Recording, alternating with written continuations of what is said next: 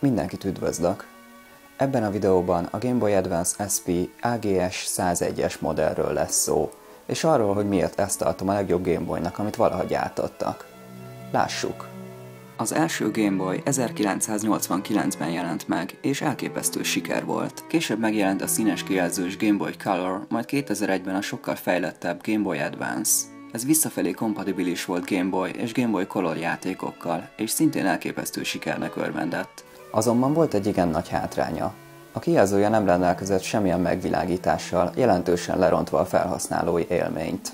Emiatt igencsak korlátozott volt, milyen fényviszonyok között lehetett élvezhetően használni a konzolt.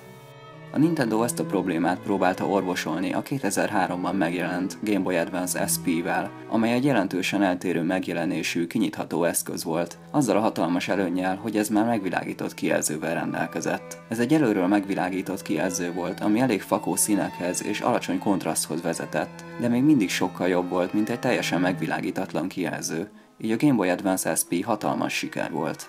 Azonban sokan nincsenek vele tisztában, hogy 2005-ben megjelent egy sokkal fejlettebb, háttérvilágításos kijelzővel ellátott Game Boy Advance SP modell, az AGS 101.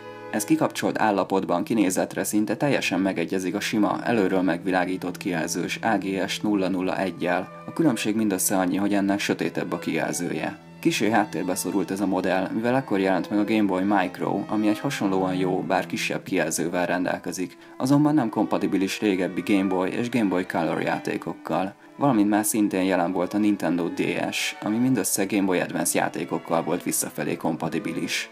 Ebből a modellből sokkal kevesebb került eladásra, mint a gyengébb kijelzői változatból, ezért ma sokkal keresettebb és természetesen drágább is. Az AGS 101 kijelzője nagyon jó, és két fényerősség közül választhatunk ennek a gombnak a segítségével, ami a régebbi modellen mindössze a világítás ki- és bekapcsolásáért felelt. Összefoglalva tehát, az AGS 101 az egyetlen Game Boy, ami minden Game Boy játékkal kompatibilis, és nagyon jó kijelzővel is rendelkezik. Ezért úgy gondolom, hogy ez a legjobb Game Boy, amit valaha gyártottak. Mindenkinek ezt ajánlom, aki Game Boy-t szeretne venni. Legegyszerűbben az alján látható címkéről állapítható meg a modellszám, valamint a kijelző minőségéből is egyből látszik a különbség.